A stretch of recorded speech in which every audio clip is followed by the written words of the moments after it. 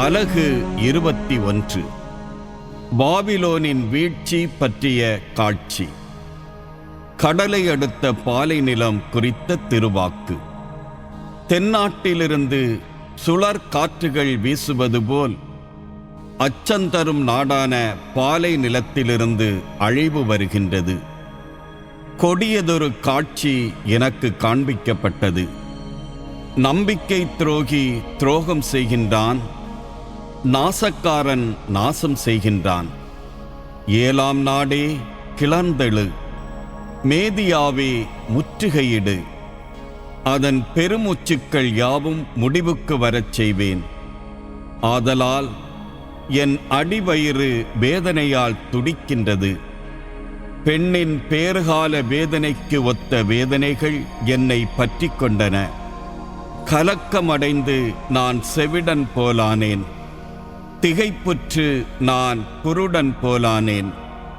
என் மனம் பேதலிக்கின்றது. திகில் என்னை ஆட்கொண்டு விட்டது. நான் நாடிய கருக்கல் வேளை என்னை நடுக்கமுற செய்கின்றது.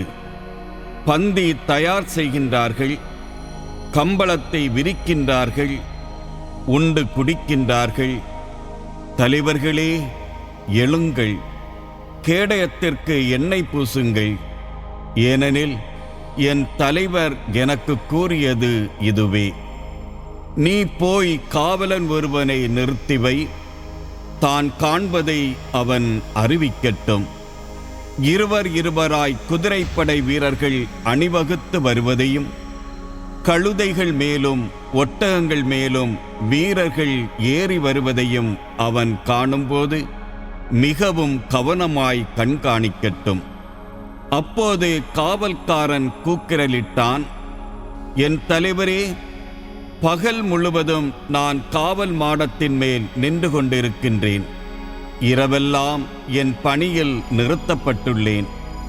இதோ இரட்டை குதிரைகள் பூட்டப்பட்ட தேரிலேறி ஒருவர் வருகின்றார்.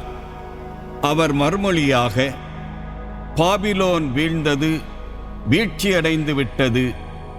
அதன் தெய்வங்களின் சிலைகள் அனைத்தும் தரையில் மோதி உடைக்கப்படலாயிற்று என்று கூறினார்.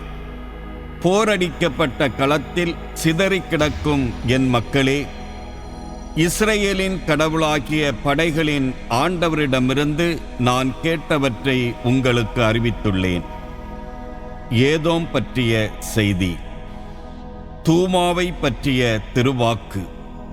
சேயீரிலிருந்து என்னை கூப்பிட்டு, சாமக்காவலனே, இரவு எப்போது முடியும் என்று ஒருவர் கேட்க, காலை வருகின்றது, அவ்வாறே இரவும் வருகின்றது. கேட்பதனின் கேளுங்கள், மீண்டும் திரும்பிவிடுங்கள் என்று சாமக்காவலன் கூறினான். அராபியாவை குறித்த செய்தி. அராபியாவை குறித்த திருவாக்கு. தெதானின் வணிகப் பயணிகளே, அராபியாவின் பாலைநிலச் சோலைகளில் நீங்கள் கூடாரமடியுங்கள். தேமா நாட்டில் குடியிருப்போரே, தாகமுற்றோர்க்கு தண்ணீர் கொண்டு வாருங்கள். அகதிகளை உணவுடன் சென்று சந்தியுங்கள். ஏனெனில் வாள்களுக்கு தப்பி அவர்கள் ஓடுகின்றார்கள். உருவிய வாளுக்கும் நாணேற்றிய வில்லுக்கும் போரின் கடுமைக்கு மஞ்சி அவர்கள் ஓடுகின்றார்கள். என் தலைவர் எனக்கு கூறியது: கூலியால் கணக்கிடும் ஆண்டுகளில் ஓராண்டிற்குள் கேதாரின் மேன்மை மங்கிப் போகும். கேதார் மக்களுள் வலிமை வாய்ந்த வில் வீரர்களில் மிகச் சிலரே எஞ்சியிருப்பர். ஏனெனில் இஸ்ரவேலின் கடவுளாகிய ஆண்டவரே இதை கூறியுள்ளார்.